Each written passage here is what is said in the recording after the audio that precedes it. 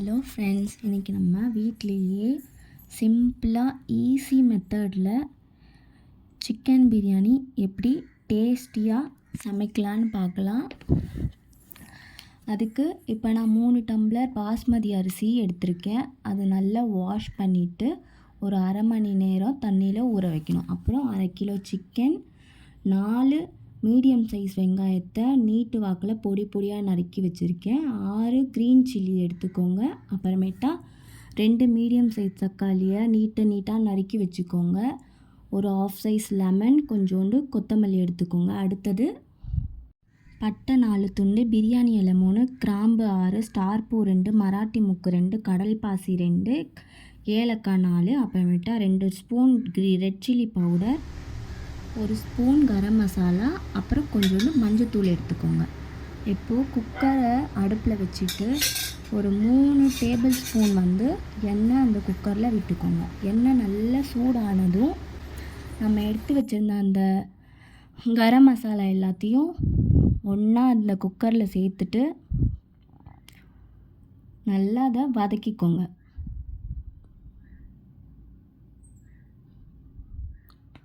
நல்ல எண்ணெய் நல்லா சூடாக இருந்தால் தான் அது வதக்கும்போது நல்ல ஸ்மெல் வரும். அதான் பிரியாணிக்கு நல்ல அரோமா கொடுக்கும்.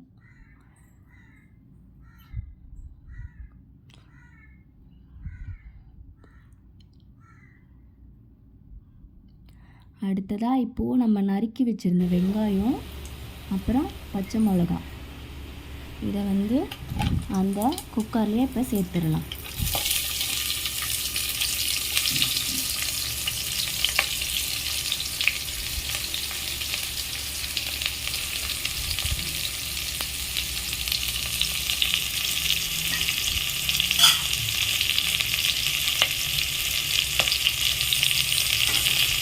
எண்ணெய் கொஞ்சோண்டு பத்தலைன்னா இன்னும் கொஞ்சோண்டு எண்ணெய் சேர்த்து நல்லா வெங்காயமும் பச்சை மிளகாய் அந்த மசாலா எல்லாத்தையும் நல்லா சேர்த்து ஒன்றா கிளறி விடுங்க.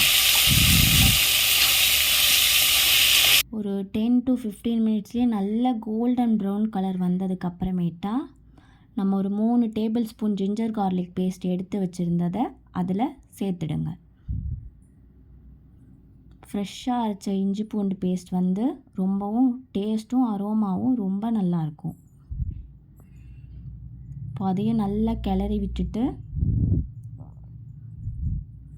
இந்த இஞ்சி பூண்டோட வாசனை நல்லா போகிற அளவுக்கு நல்லா அந்த வெங்காயத்தோடு சேர்த்து அதை நல்லா வதக்கிக்கோங்க.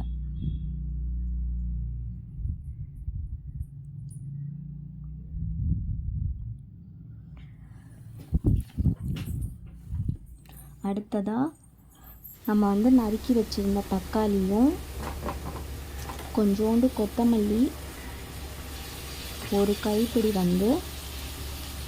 புதினாவையும்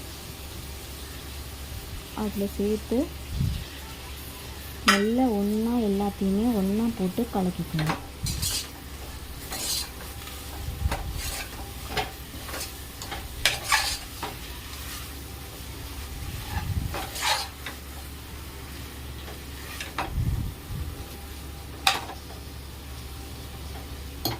அடுத்ததாக இதில் நம்ம எடுத்து வச்சுருந்த மிளகாத்தூள், கரம் மசாலா, அப்புறம் மஞ்சத்தூள் எல்லாத்தையும் ஒன்றா கொட்டிட்டு ஒரு வாட்டி நல்லா கலக்கணும். தேவையான அளவுக்கு உப்பு சேர்த்துக்கோங்க.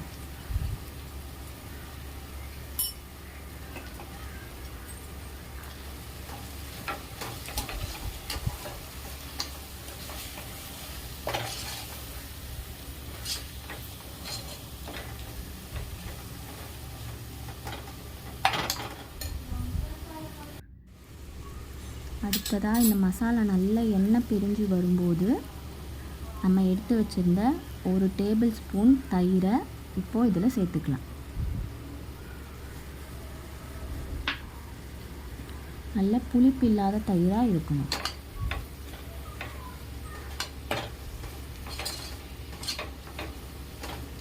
அடுத்தது நல்லா வதக்கிட்டு கொஞ்ச நேரம் இதை மூடி போட்டு வச்சுக்கலாம். இப்போது மூடியை ஓப்பன் பண்ணிவிட்டு பார்த்தா சுற்றி நல்லா எண்ணெய் பிரிஞ்சு மசாலாலாம் ஒன்று சேர்ந்து வந்திருக்கும்.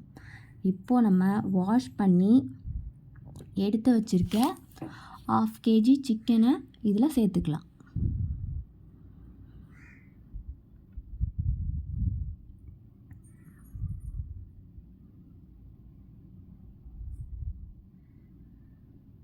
இப்போ சிக்கனை வந்து மசாலா நல்லா படுற அளவுக்கு சிக்கனை நல்லா போட்டு இது கூட சேர்த்து வதக்கிக்கணும்.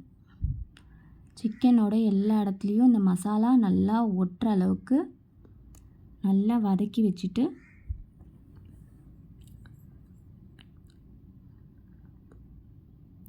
ஒரு 20 to 25 மினிட்ஸ் வந்து இதை அப்படியே வேக வைக்கணும். சிக்கன்லேருந்து ஆல்ரெடி தண்ணி விடும், அந்த தண்ணியிலே சிக்கன் நல்லா வெந்திருக்கும். இப்போ பாருங்கள், ஒரு அரை மணி நேரம் ஆச்சு, சிக்கன் நல்லா வெந்திருக்கு. அதிலேருந்து வந்த தண்ணியே வந்து விட்டு சிக்கன் வந்து சூப்பராக வெந்திருக்கு. இதுக்கப்புறமேட்டா நம்ம பிரியாணிக்கு தேவையான அளவு தண்ணி ஊற்றிக்கலாம்.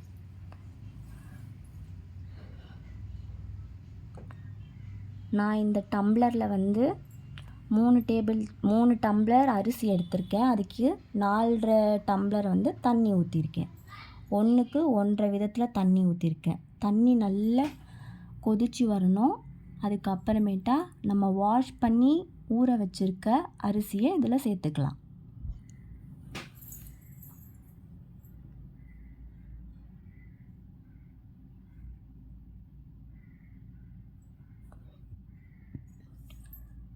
அரிசியை போட்ட உடனே ரொம்ப கிளறக்கூடாது. ஜென்டலாக அந்த அரிசி வந்து உடையாத அளவுக்கு லேசாக வந்து மிக்ஸ் பண்ணி விட்டுக்கோங்க, இல்லைன்னா அரிசி உடஞ்சிடும்.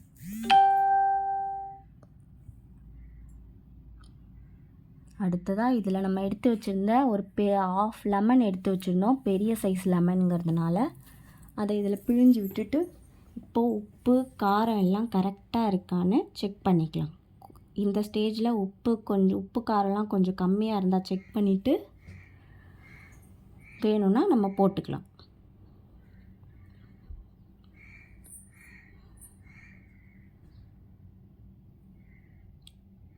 இப்போ குக்கரை மூடி போட்டு